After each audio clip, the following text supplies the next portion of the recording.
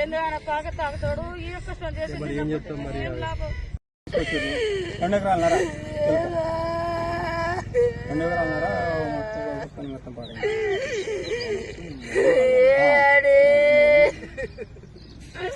అయ్యయ్యో సొమ్మసిల్లి పడిపోయింది కదా, ఏడ్చి ఏడ్చి జొక్కింది కావచ్చు.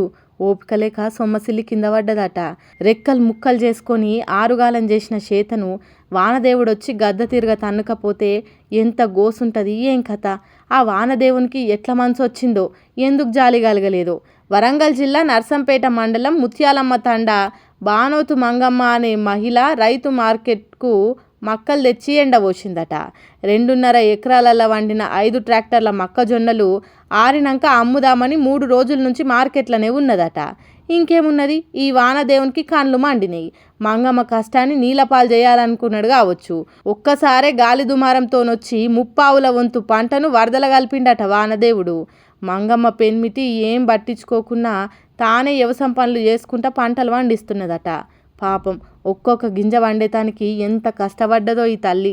ఆ 5 ట్రాక్టర్ల మక్కల పంట పండించేతానికి 60,000 అప్పు చేసి పెట్టుబడి పెట్టిందట.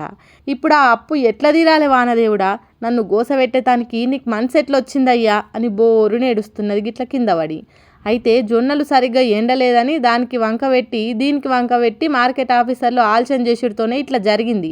కాబట్టి సర్కారే నాకు జరిగిన నష్టాన్ని పూడ్చాలి, పంట నష్ట పరిహారం ఇవ్వాలి, లేకుంటే నా బతుక ఆగమవుతుంది అన్నట్టు బతిలాడుతుందట. మరి కాంగ్రెస్ సర్కారు ఏం చేస్తుందో, గిట్లా ఆగమైన రైతులను ఎట్లా ఆదుకుంటుందో చూడాలి.